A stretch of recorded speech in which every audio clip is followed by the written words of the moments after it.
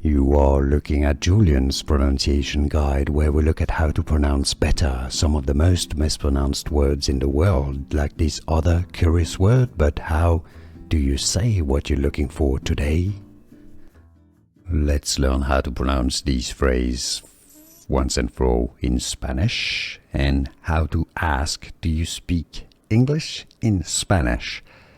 Here is how you spell it. Hablas inglés. Hablas inglés. Hablas meaning you speak or do you speak. You don't need a pronoun.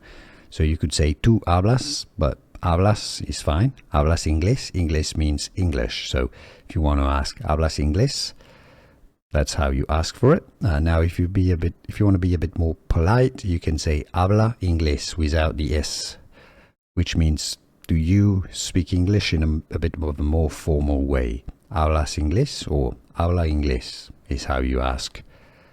Do you speak English in Spanish?